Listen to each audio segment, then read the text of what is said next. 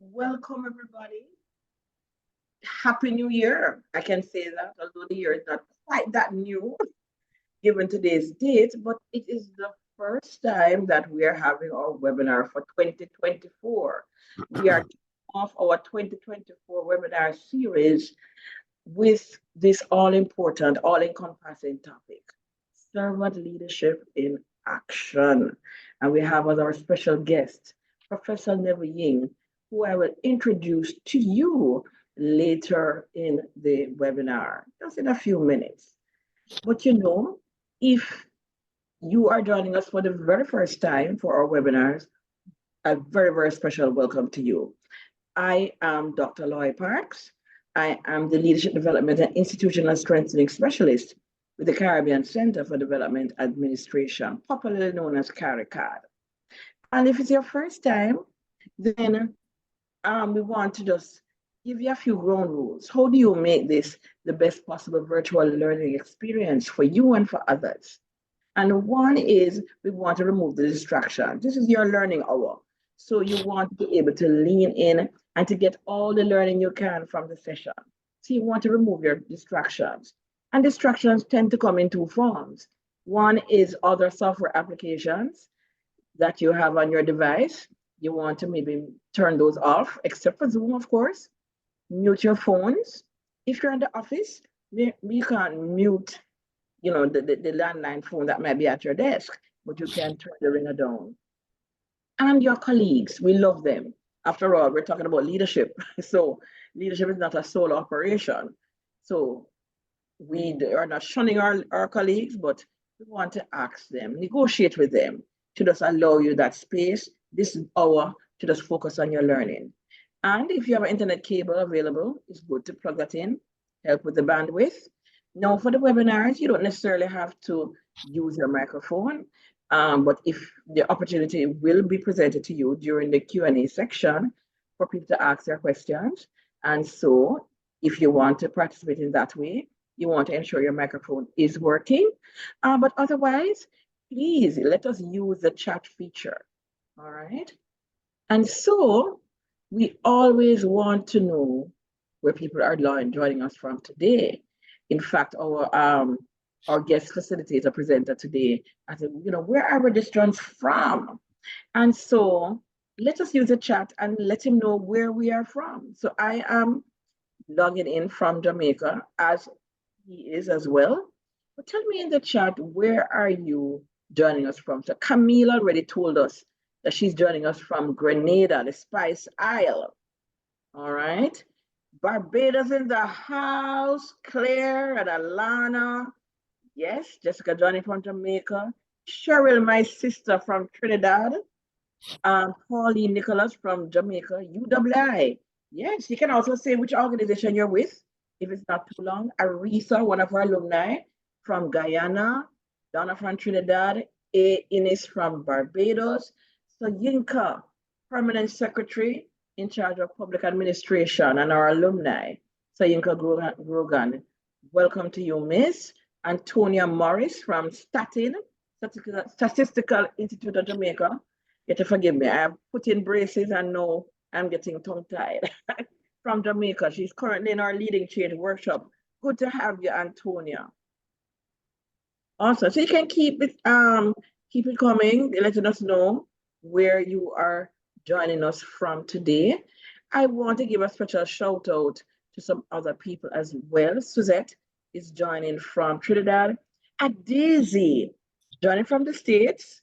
Daisy, what you doing over there? But Daisy works at the Eastern Caribbean Central Bank. Joan, I was about to give you the shout out, Joan, Ambassador Joan Underwood, who I've had the distinct pleasure of working with in the past. Joan from Barbados, Antigua by birth. Welcome, my sister. Welcome, welcome, welcome. I see Sean Monroe from Jamaica Defense Force also joining us. Rena, I'm trying to remember, is it Montserrat? I could be wrong. Where Rena is joining from. Larry, welcome. Joining us from St. Lucia. Larry, is this your first time? You can let us know. in the chat if this is your first time joining us. I just ask because somehow, I'm good at remembering the names of our registrants, no matter how many we have. And Willa, yes, Rena. I knew it was one of the overseas territories. See, I was right. Larry is joining us for the first time. Larry, a special shout out and welcome to you. All right, so before we hear from Professor Ying, he and I would love to hear a little bit about what is it that prompted you to register for this particular webinar. What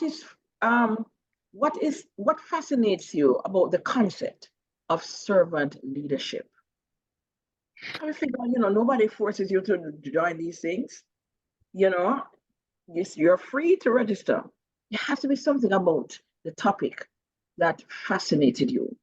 What is it that fascinates you about this topic, servant leadership? Or maybe another question that I could ask is, what is it that you're looking for from this webinar? What is that nagging issue around this concept of servant leadership that maybe you're hoping to get some insights on? So asking you to type in the chat, or you could raise your hand and we can unmute you. What is it that you find fascinating about this topic? What prompted you to register for this webinar and to show up here this morning?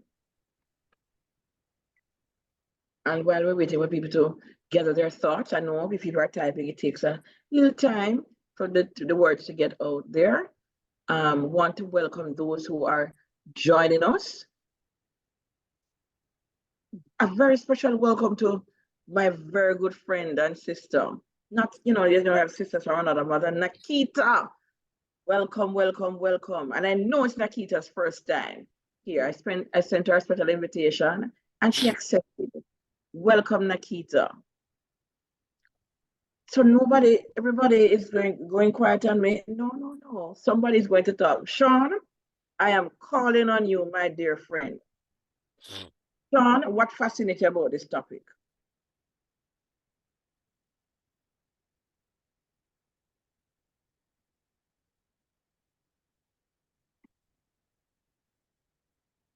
So Sean is getting his microphone ready. Sean, we're not hearing you as yet.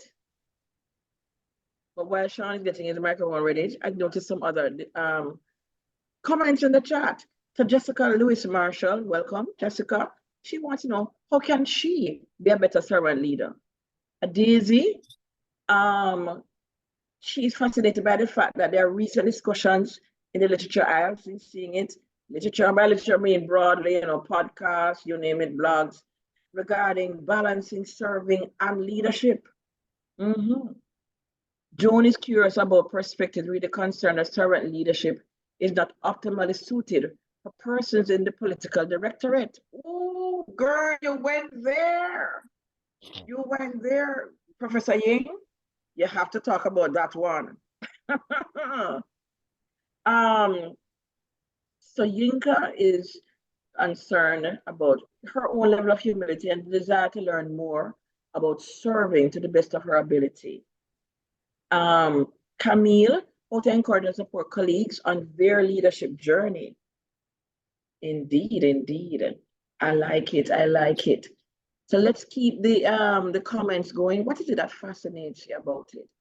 I would say for me, I am concerned about perhaps the lack of it, the lack of servant leadership, that so many persons in leadership positions see leadership as an opportunity to lord it over others as opposed to an opportunity to serve.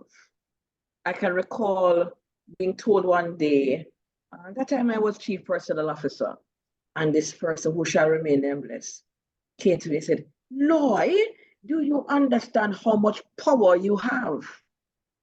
And I found it to be a very frightening statement, because to my mind, I prefer to think, do you realize what level of responsibility you have? And therefore, whatever power or authority you have to use it wisely, responsibly. in service of others. So Sean was having some challenges with his microphone, but he was able to put his thoughts in the chat. He said what fascinates him is the importance of leadership being about giving, developing, rather than being about self-serving interests. Yeah, indeed. Pauline, she wants to know more about this particular transformational leadership style. All right, so you will not be disappointed, folks. You are definitely going to get a lot of insight and then some from our speaker today. So just want to share a little bit about CARICAD. Now, most of you already do, but there are a couple of people here who are new. So CARICAD, you might wonder, CARICAD. It seems with an acronym, but the acronym and the name don't go together. That's because when CARICAD was first formed, it was formed through development support from Latin America. And so the name in Spanish, the acronym is CARICAD. And you know, that kind of roll off people's tongues very easily. So the CARICAD stuck. So we are an arm of CARICOM, been in existence for over 40 years. And we serve 70 member states. And we support our member states broadly in the area of public sector transformation. And what you see on the slide here represents the different services that we provide, including capacity building, which is my area, particularly in leadership development, human resource management and development, organizational development and design, change management, business continuity planning, strategic planning, etc. And our work is largely guided by the Charter for the Public Service. This charter was developed in between 2015 and 2016, and it really is a common conceptual framework for public sector transformation that we use across member states. And what you see on the screen here is what we like to call our charter house.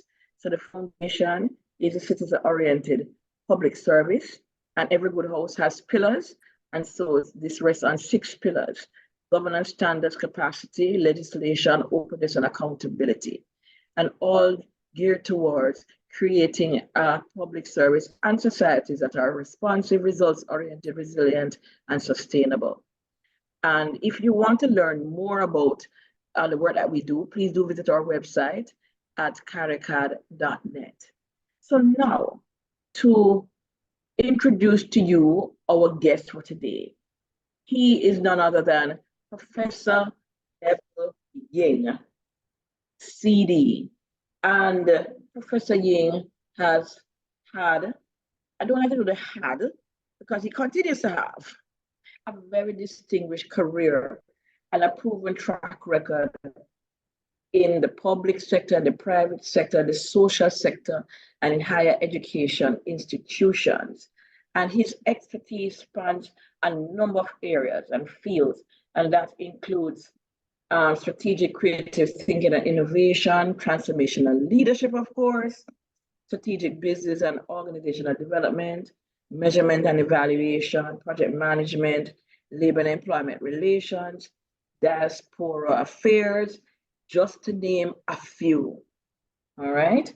Some of the substantive roles that he has held in his career includes the founding executive director for the Jamaica Diaspora Institute, professor of business development at the Mona School of Business at the University of the West Indies, executive director, Mona School of Business, in charge of labor studies. He was a professorial chair.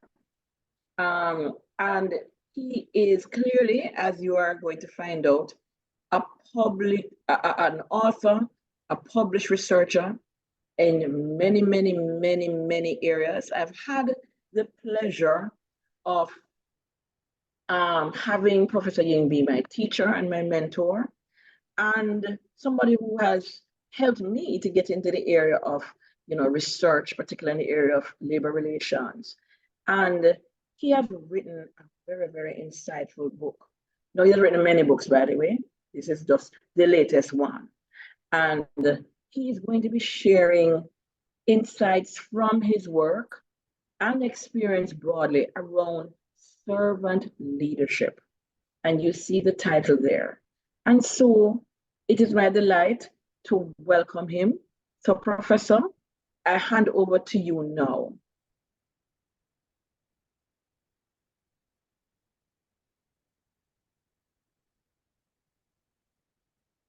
All right, just give us a second there, Prof. So we're not hearing you as yet. And your microphone would need to come on. But it's not, you're muted, but we're not hearing you yet. Give us a second there.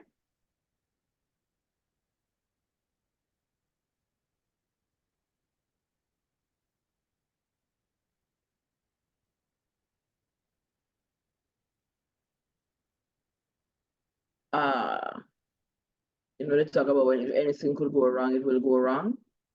All right, so let us just give me 1 second there, as it was working just a few minutes ago.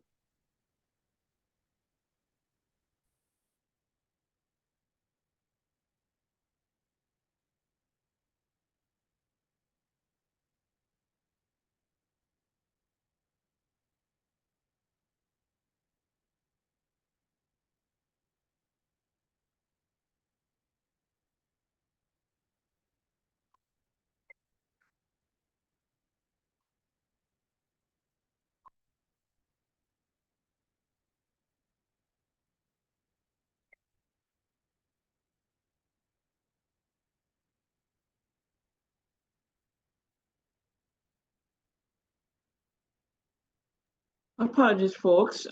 We're just trying to sort out this technical glitch. Maybe we could pause the recording. All right. Good morning, everyone. Can you all hear me? Yes, sir, we can hear you. Right. Well, it's great to be with you this morning. Thanks to Dr. Parks for asking me to join you today. When I look at the list of countries that are present,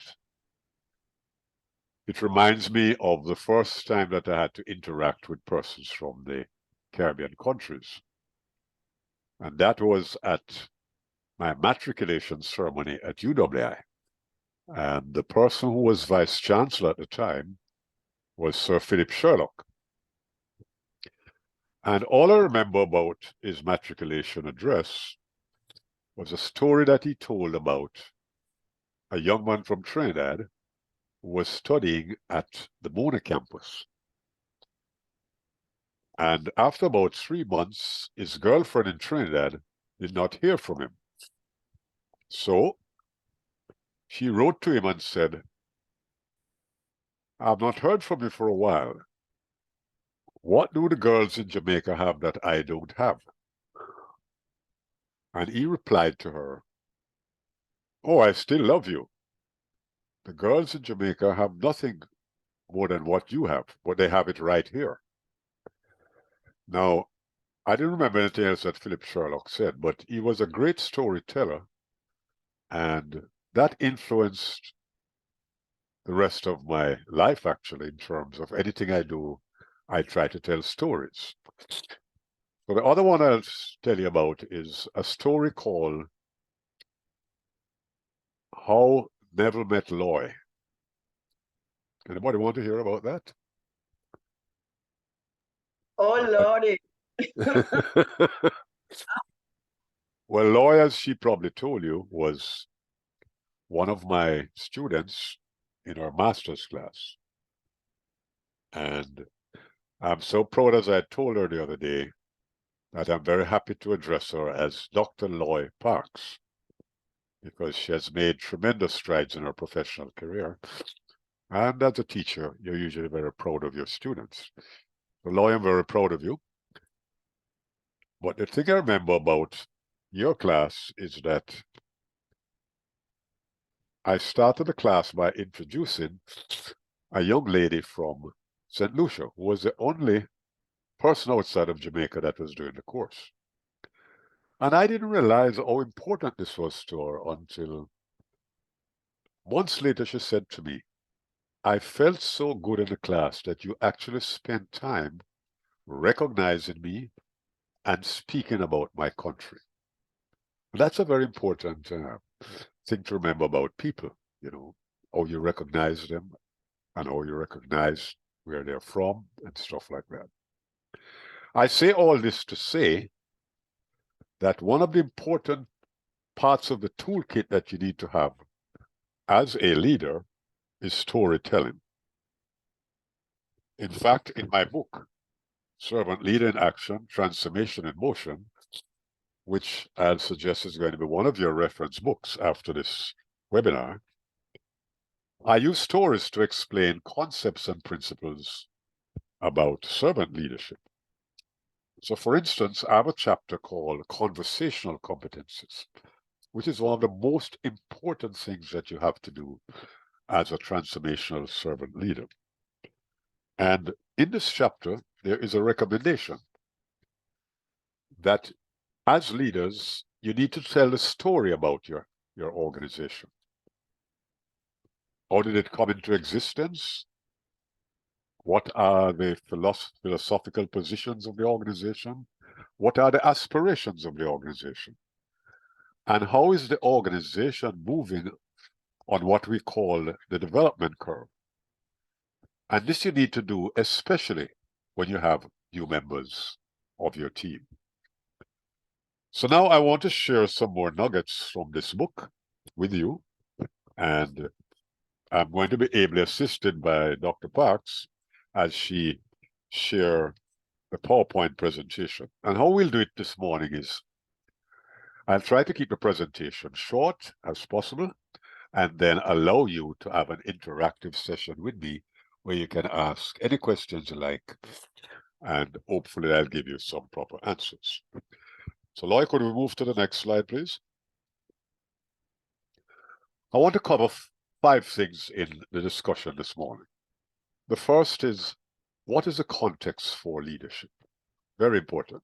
When you're a leader, you must know the context in which you're leading. Secondly, what are the key attributes of a servant leader? And thirdly, what are the key processes that a servant leader focus on? And number 4, can just bring up that slide for them.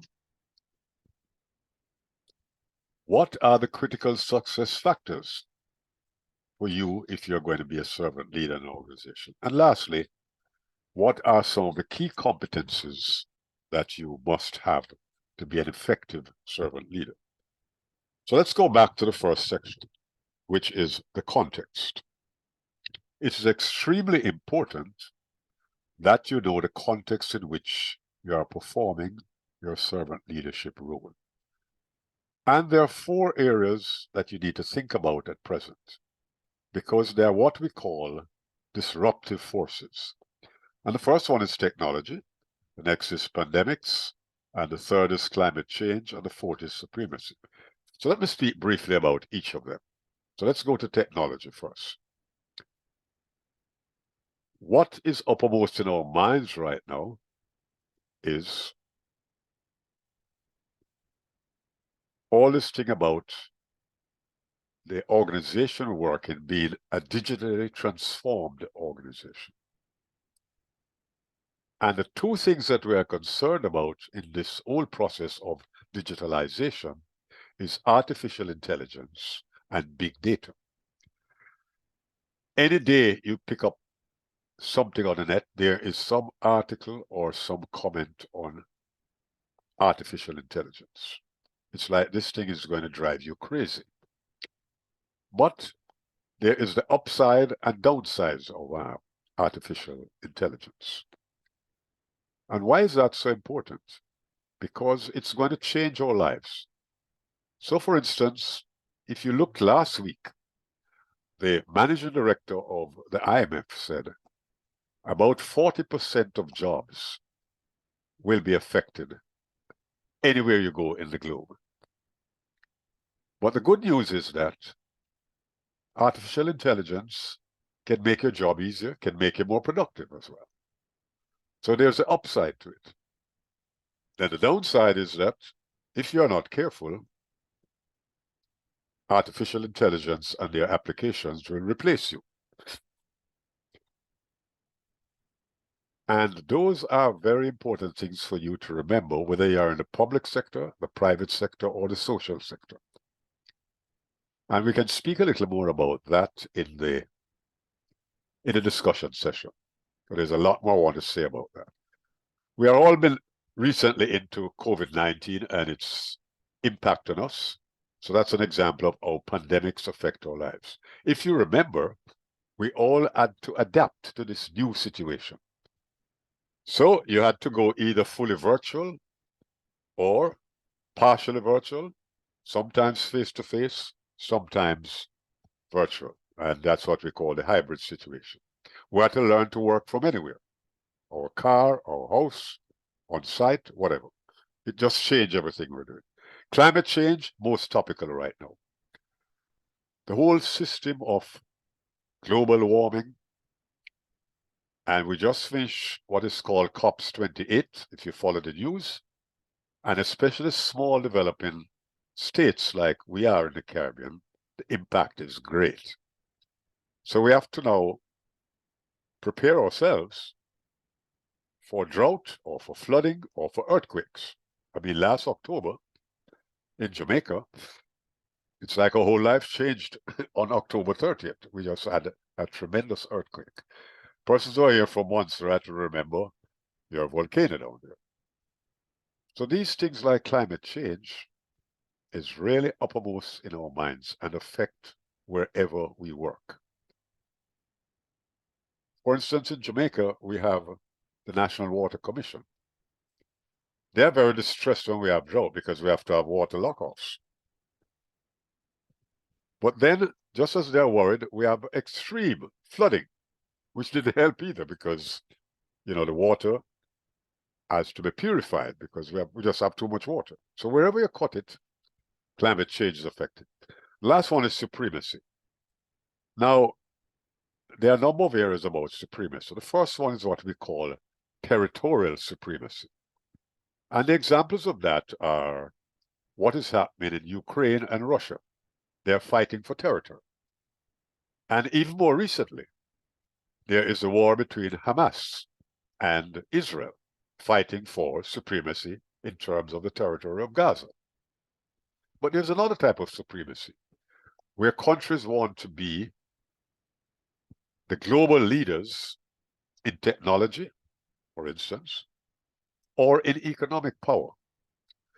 So all of this, what is all of this saying to us as a leader? What lessons can we draw from all of this? The first one is that all of these disruptive forces dictate that we must transform. And transformation in this section means radical changes, not incremental changes. So at your organization, if you are into incremental change, you are not into what we call transformation. Just a second, please. Hello?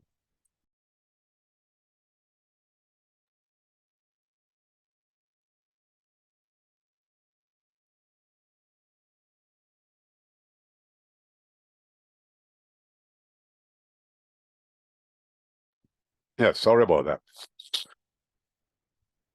So I'm saying the first lesson we learn from disruptive forces is that we have to make radical changes. And that's the most important lesson that we need to draw from this situation about disruptive forces. And again, in the discussion section, we can speak a little about what other impact these things are going to have on us. And so disruptive forces is something I want you to keep uppermost in your mind as you go through this discussion today. The other thing is, what kind of leader do we need in this situation where there are disruptive forces? And that's the essence of what we want to talk about this morning. So first of all, we're going to the attributes of a servant leader. And I summarize these in 3 simple words: relate, care, and share. Relate means we have to build relationships with people. And the thing that really is the glue to all of this is to build lasting bonds of trust between yourself and the persons who you lead. Care means that you have to have what they call empathy. There are going to be persons in your organization that are going to need both spiritual as well as psychological support when they have difficulties. And that's where one of the things as a servant leader you have to pay attention to. The third one is share. God gave all of us talents. What he expects us to do is to share those talents with others. And so that starts to give you an idea of what servant leadership is about. It's about relate, care, and share. The next thing, next slide, Dr. Parks. There are some key processes that servant leaders focus on. One of them is what we call visioning. You plus the persons that you're leading need to know, what is this organization going to look like in the future? What is it going to look like? Or is it going to feel? Can I touch it? So you have to spend a lot of time giving people a picture. You're going to be like an architect or an artist. You have to paint in the minds of people what the organization will look like in the future and what roles people are going to perform in that future. And do they have the competencies to perform? Right now we talk about, are you going to be fit for purpose? And that's something that's being used in the public sector very often. The next important thing is listening. When I come back to the area of conversational competencies, this is going to be the most important skill or competence that you need to acquire. In fact, what I've learned over my years of serving both in the Caribbean, in Jamaica, and internationally is that, and when you read the book, you'll see all the situations in which I draw on this area called listening. You need to spend about 90% of your time listening and 10% of your time speaking. That's going to be a challenge for some of us. The next thing is valuing. People like to feel valued in the organization. You need to recognize them when they give some inputs. Even the simplest of suggestions, you need to draw attention to it. In Jamaica, we say you need to big them up. Show them that you value their inputs and their being a member of the organization. All right, next slide, please. What are the critical success factors if you're going to be an effective servant leader? The first one is what we call empowering. And this means, it doesn't mean delegation. A lot of times when people speak about empower, they think it means delegate. No, it means two things.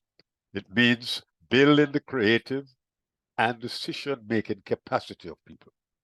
Because what you want members of the organizations to do, and especially those who you lead, is that when you're not around, they can take creative ideas and put them into innovative actions and make decisions when you are not there. And so the two things to remember about empowering is that you have to turn off this phone.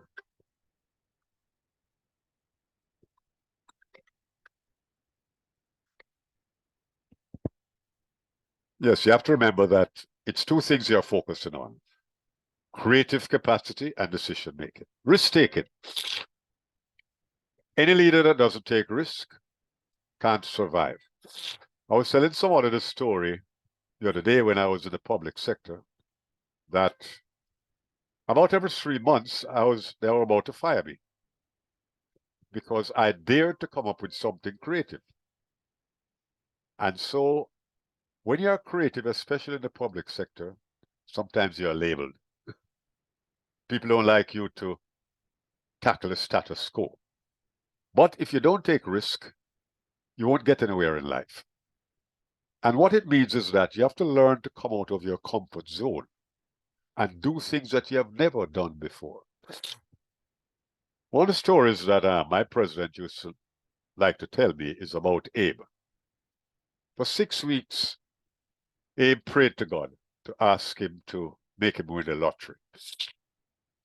After about 6 weeks, God said to Abe, "Abe, buy a ticket now, man. In other words, Abe was trying to win the lottery and he didn't buy a ticket. So that is what risk taking is about. But more importantly for you in organizations now is that the future of which we're speaking about is unpredictable and uncertain. So you have to plan for both success and failure in your planning. Preserving.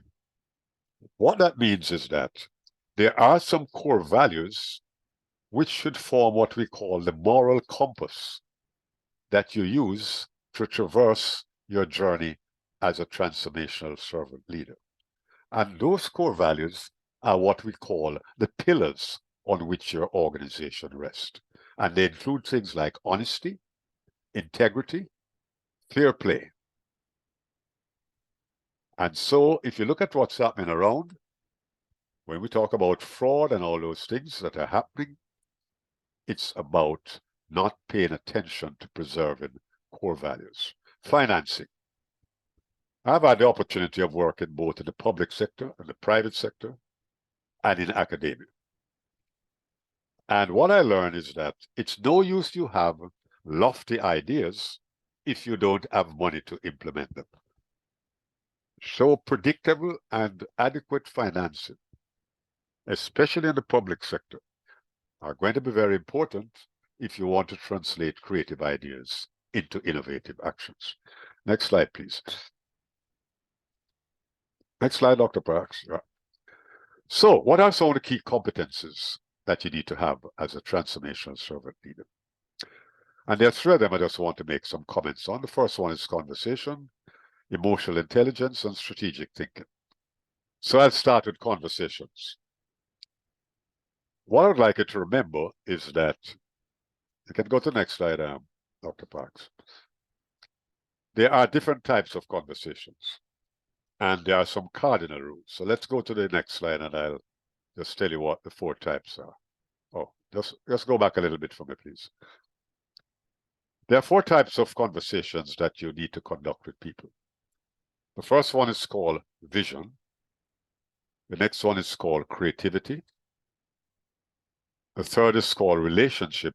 And the fourth is called implementation. So let me just comment on each of those.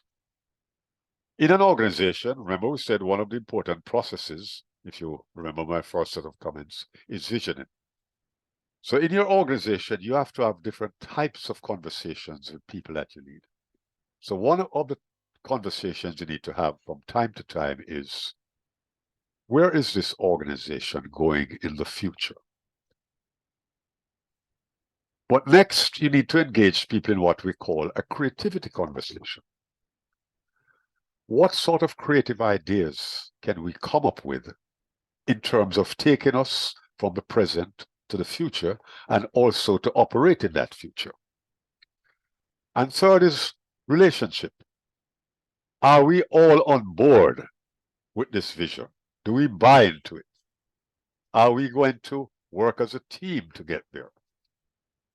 So you have to spend a lot of time in that conversation building relationships, both between yourself as a leader and the followers, and between the followers themselves.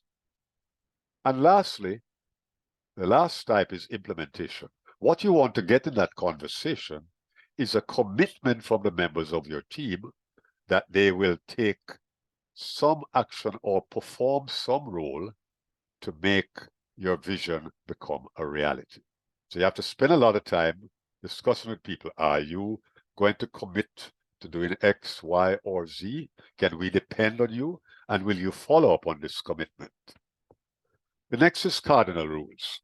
What you need to remember is that the people that you lead are in different age groups. Some are Generation Z, some are millennials, some are Generation X, some are senior citizens like myself. They're all people with different viewpoints. They have different sexual orientations. They have different religious beliefs.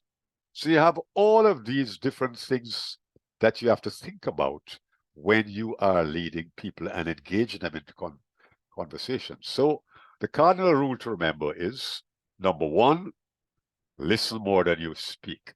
Remember I said 90% listening, 10% talking. The next thing is you have to allow people to express their views, and you have to accommodate those views. Don't tell somebody that, oh, that's just a stupid idea. Every idea counts. The idea that sounds off the wall today is going to be the norm tomorrow. When I was younger, I used to watch science fiction. Now, what was science fiction is now reality. So those are the things I would like you to remember. So let's go to the next slide and speak a little about emotional intelligence. The thing to remember is that when you are transforming an organization, you're entering into what we call uncharted waters. As a result of that, you're going to get a lot of emotional responses from people. Some are going to be concerned, some are going to be fearful, some are going to be upset, some are going to be excited. And as a leader, you need to understand how to deal with all these different emotional responses to take your team into the future. Because transformational journeys are very frightening things.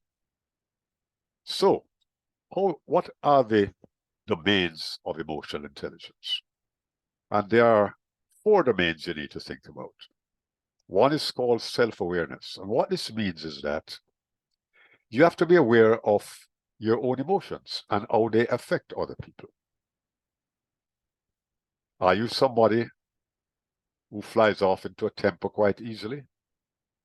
And do you know how that affects others that are around you? Self-management.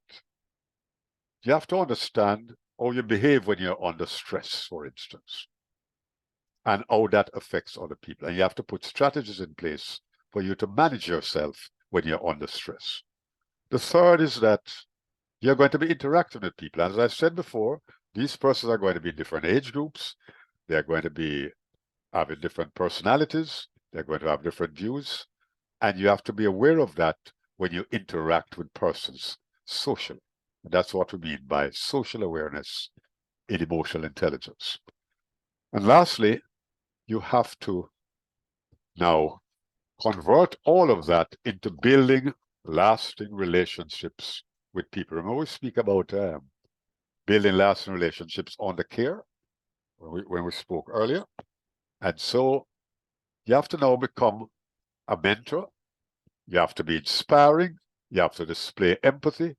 You have to stimulate people intellectually. All of this is part of the toolkit you have to have in terms of relationship management.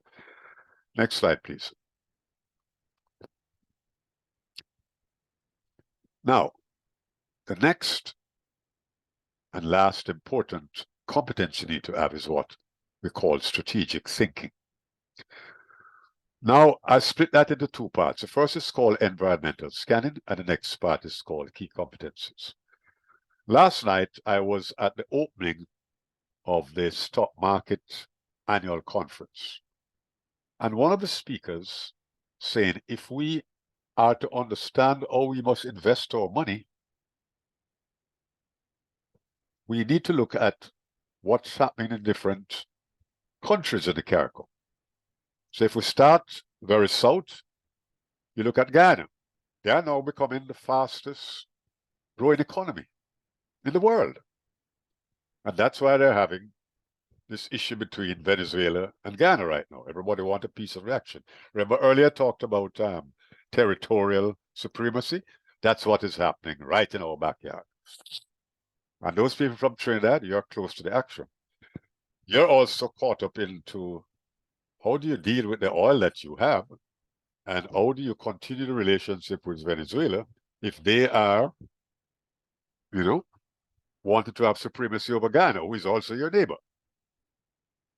Then they spoke about what's happening in Trinidad and how you're going to deal with the wealth that you have in terms of energy.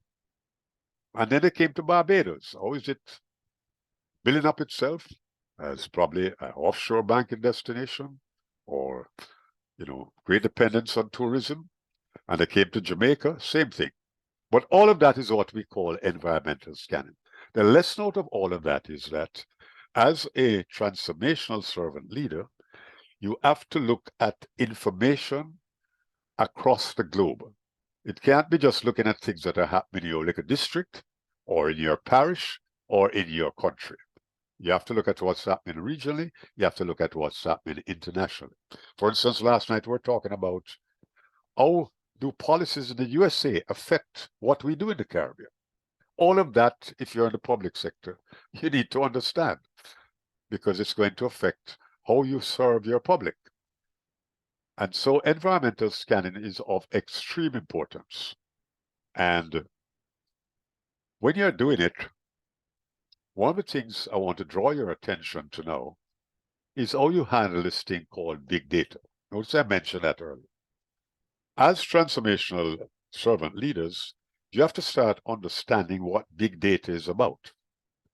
And there are a couple of things about it I would like you to look up. It's actually in the book. The first one is what we call volume. A lot of information is just coming at you. You're going to have reports from different government agencies. You're going to have stuff from the internet, social media, all kinds of information is going to be coming at you. So there's just a large volume of information you need to handle. It's going to come to you in a variety of sources. You're going to have webinars, you're going to have videos, you're going to have things from social media, whatever. Then you have to know how to handle all of this data. What value does it have to you? And one of the key things you have to remember is that you need to convert data into something that is going to improve the productivity of your organization and ultimately the satisfaction of your customers. And in the public sector, that's very, very key. People want public sector entities, whether they are ministries, departments, and agencies, to satisfy their needs. And so when you handle big data, the end point is how do you improve productivity and how do you improve customer satisfaction. So you have to get on board to start understanding these terms like data analytics. And that's something that we can talk a little more about. What are the key competencies? So let's just go to the next slide and speak about that. The key competencies that you need to have, uppermost for me, are a number of things. One is what we call divergent and critical thinking. So I just pause to make sure that that's sinking in your minds. Divergent, and then we have what is called not only critical thinking, but complex problem solving. Because the problems we have to deal with nowadays are not simple problems. So you have to develop this competence to look at all of these complex things that we're dealing with and develop the competence of complex problem solving. On the soft skills side, what COVID taught us is that you have to learn to adapt. And now they're using what is called a sports term. I keep reminding him as a sportsman that this term came from actually netball, where you have to learn to pivot, and also in basketball. So in COVID-19, terms like pivoting and adaptability, and those are going to be very important things that you need to acquire as a servant leader who are going to transform different organizations. The concluding point I want to make is that all of what I'm saying is in two of my books. First one is called Servant Leader in Action, Transformation in Motion, and you can find it on Amazon. The next one is called Shaping a Servant Leader, and that's also on Amazon. So I'll stop there and really open it up now for discussion. So over to you. And as Shirley Bassey said when she sang something from the Beatles, ask me anything you like. Thank you so much, Professor Ying. Lots and lots of food for thought.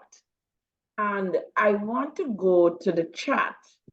And there are two comments that Joan made. So they're not really questions per se, but I think they are worth exploring a little bit more.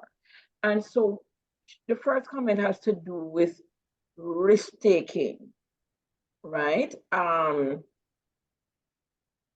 it almost seems counter to what we experience, particularly in the public service context, where the public sector in the Caribbean region is typically very risk averse.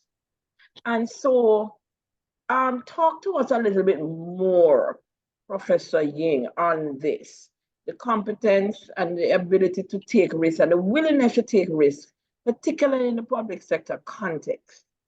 How do we develop the courage to do it? What are some do's? What are some don'ts? What tips from your own experience can you share? All right. This is always a very topical issue whenever I speak about it. Yes. And I encourage you to look, you know, in my book about how I handle it, because I've drawn a lot of research in this area. You first of all want to have what we call the psychological aspect of risk-taking, which means that are you as a person willing to take personal risk? So I'll go back to a story. Because I was, in fact, when I was in the public sector, I came up in the ranks very far. In my mid-30s, I was in line to be a permanent secretary. And because of how the response to my creative thinking in the public sector, I decided to leave the public sector. Now, here was I at a very secure point. My pension was going to be, you know, secure. I'm going to get a higher salary.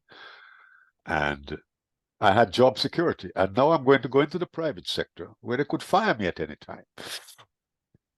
Well, the rest of history, I decided to take the risk personally. I remember my family said to me, "Are you sure this is what you want to do?"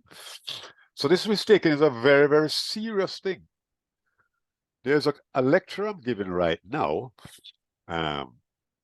where I'm speaking to a lady who lives in an area we call St. Elizabeth in Jamaica, which is very far from Kingston and St. Andrew.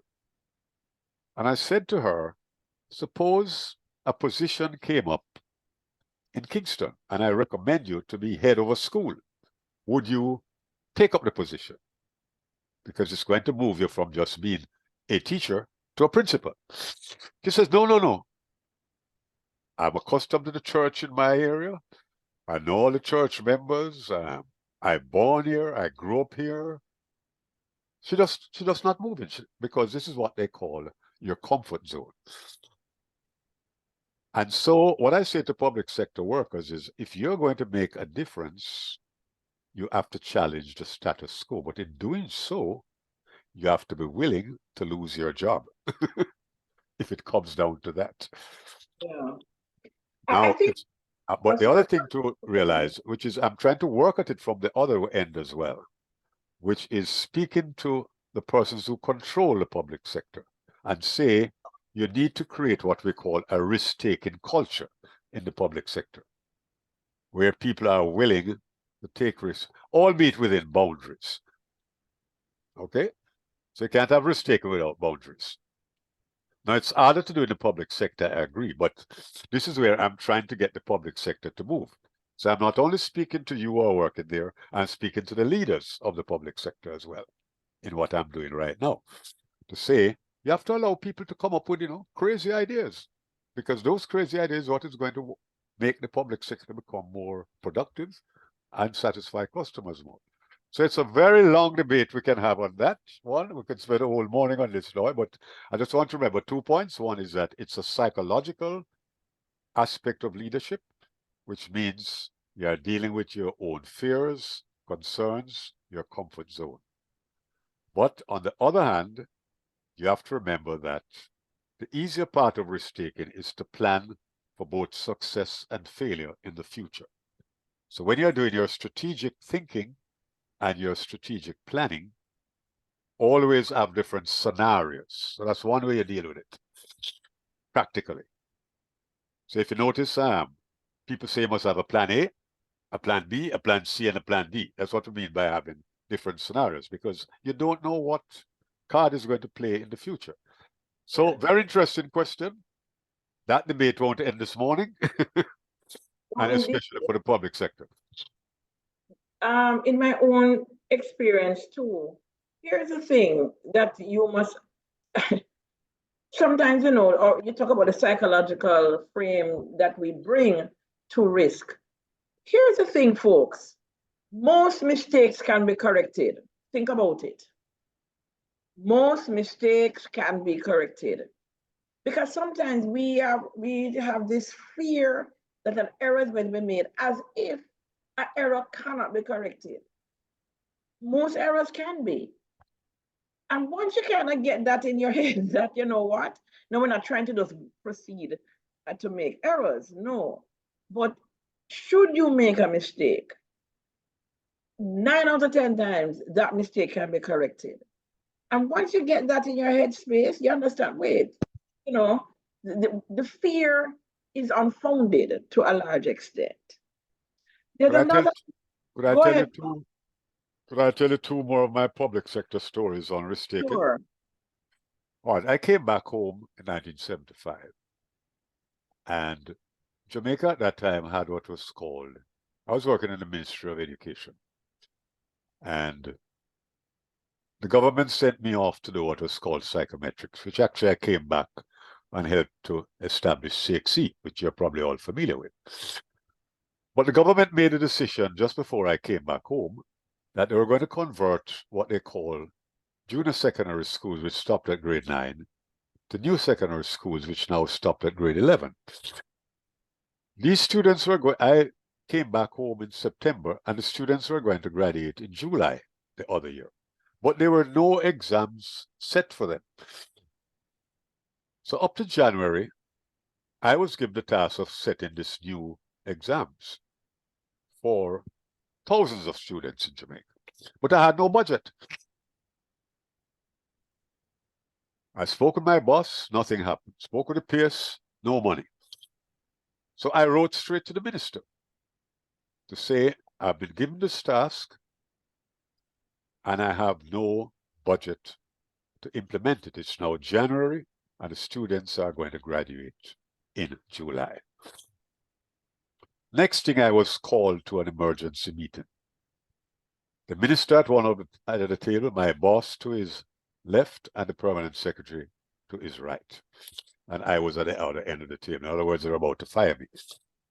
So the minister said, Dr. Ying, you're accused of bypassing all the regular channels of communication and sending the communication straight to me. Is that true? And I said, yes, sir. I said, would you like to hear why I did that? And I told him exactly what I just told him. And I said, in the end, I am trying to protect you as minister, because when it hits July and students are leaving school without an exam, you're going to have public outcry with 30,000 or so students affected. So I'm trying to protect you. So you know what happened? I left the meeting with a budget. But I was willing to take the risk. The second thing is, I was now in charge of a branch which sent out, I don't know what you call it in Eastern Caribbean, but we used to call it common entrance. It's now called exit profile, whatever, PEP in Jamaica, which we got from the Eastern Caribbean, actually. So we had to send out question papers on a Sunday evening to different parts of the country. At about 4 o'clock one Sunday afternoon, the driver of the truck called me to say the truck has broken down. What should he do? So I said, can you get another truck? He says, yes, I know somebody who I can call and they will lend me a truck. So I said, go right ahead. Now, in the public sector in my time, you don't take a decision like that unless you send a memo out to get permission. But there's no way I could send out a memo on a Sunday evening. So I did the next best thing, which was to send out the money on Monday morning. But the point is, I could not afford for thousands of students waiting to start an exam without papers, because I was unwilling to not use the regulations of the public sector. So sometimes you have to take risk, albeit very calculated. And the thing is, my boss, my permanent secretary, used to say to me, he says, I don't mind you making mistakes, but the important thing is how quickly you recover from it. And my recovery was the first thing Monday morning. I apprised the PS of the situation and my decision and asked him to ratify my decision. So I tell all of those stories because there are different angles to risk taking that in the public sector you have to learn how to deal with. Indeed. But good question. And, at another time, we can really spend a lot of time going at this. But the bottom line is that we have to work at it at both ends, your end and the end of the people who control you, in terms of them creating this risk-taking culture. Yes. Thank you so much for that. And there are lots of comments in the chat kind of responding to this topic about risk-taking. There was another comment that Joan made. Let me read it. And it then leads to a question that I think arises out of the comment.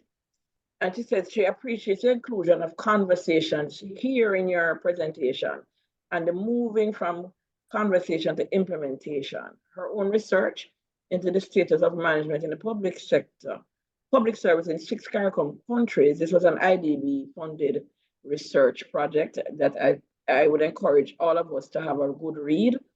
She found that the dominant focus was on maintaining the status quo and that the time devoted to transformational leadership was less than required. So I wanted to hear your own response to that comment, Professor Ying. And I'm thinking I go back to the conversational competencies that you talked about, the ability to create vision, to talk about the vision, to foster creativity, to build relationships, and to go to implementation. What advice do you have to leaders? And I think quite a number of people here, I know quite a few of the participants here today who are maybe in a mid-level leadership aspect of their, level of their career. They're looking to move up. They're looking to build their leadership. How do you, as a leader, kind of really do your own self-development, ensure that the kind of leadership conversations you have are covering these 4 areas? Well, first, realize that I speak about conversational competencies, which means you have to go through a process of acquiring this competence. Let's get up tomorrow morning and you're able to conduct a vision conversation. So it comes with, some of it is through training to understand what you mean by visioning, which is taking people from where we are now to the aspirations you want to get to. And so in the public sector, sometimes your vision is controlled by what the government set as policy. For instance, if you listen to our Prime Minister up to last night, he says, I want to focus on peace, productivity, and prosperity. Now that in itself set the tone for you. So in the public sector, you have to pay very careful attention to what are the policies that the government has set, because you have to translate that in your individual ministry. And so part of your conversation is, and this is very tricky, you can't start by saying, do you like the government policy? You don't start with questions like that. You're saying, this is what the government has announced. How do you feel about it?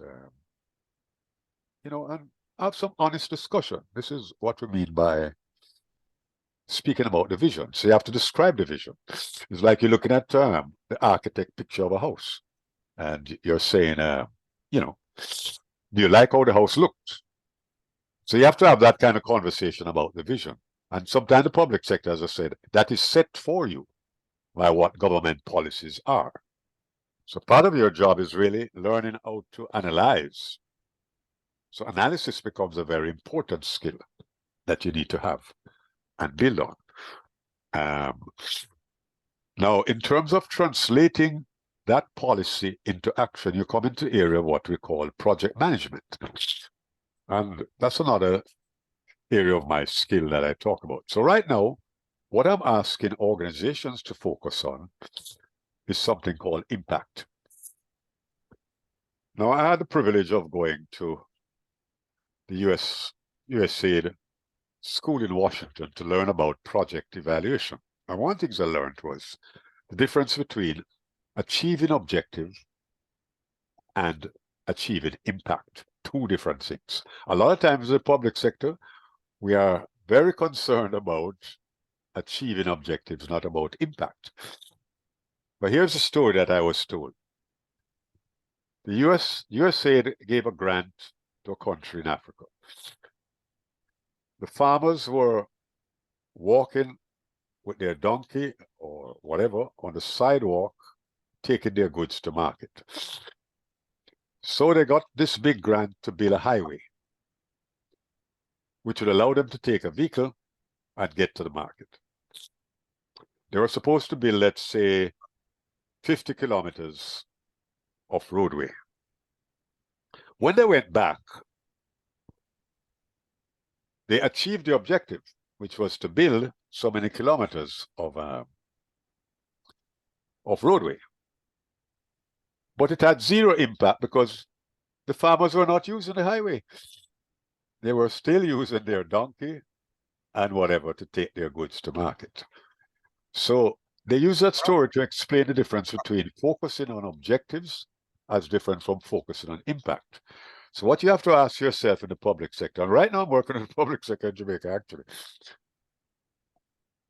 are your actions having any impact? And that impact is into two words: customer satisfaction. So what you have to ask yourself in the public sector, with all that you do, are you impacting customer satisfaction? So that is how I do it. And now I take it a little step further with some organizations. You now have measures that you can use, and it's called social return on investment. Another day we'll have to talk about that because that gets to what we call the metrics of impact. So what I want to leave with you is that in the public sector, don't only focus on objectives, focus on the impact of your action in any ministry, department, or agency that you work.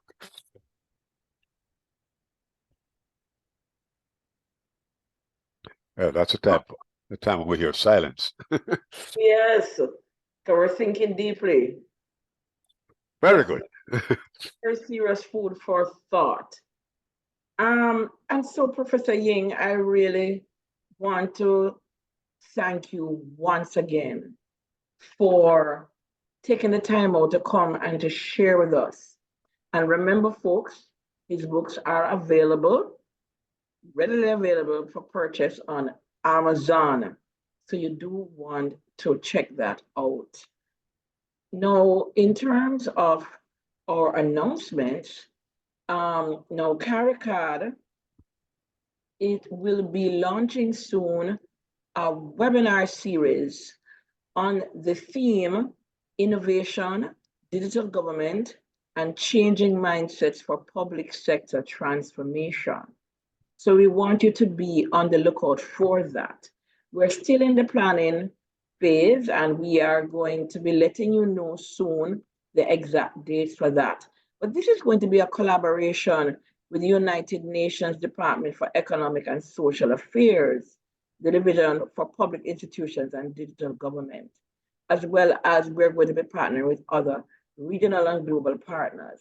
We want to bring together, research findings, best practices, thought leadership on all of these all important topics of innovation, digital government, and changing mindsets for public sector transformation. And this is really a precursor to a project that is going to be rolled out, which is going to be in partnership with CARICAD and UNDASA. And that project is titled Developing Capacities for Innovation, Digital Government, Transformation, and Changing Mindsets for the Caribbean Small Island Development States. All right. Bearing in mind that not all of our member states are islands, but they'll be included too. Right. So we want to invite you to keep on, and checking the emails from us, checking our website. We will be rolling out more information in the next couple of weeks on this. And not just for the weeks for the webinar here, but also for the project that our region is going to be benefiting from, that we are partnering with UNDASA on. So with that, I want to just thank you all for being here. We're going to put in the chat right now a link to a survey poll. It's a very short survey poll. We're asking you to just fill it out for us. We love to get your feedback. As we like to say at CARICAD, feedback is a gift. And so we would really welcome your feedback on today's webinar. So thank you all very, very much. And do enjoy the rest of the week, indeed the rest of the month. Thank you all for being here. And thanks to those who will listen to the recording later on.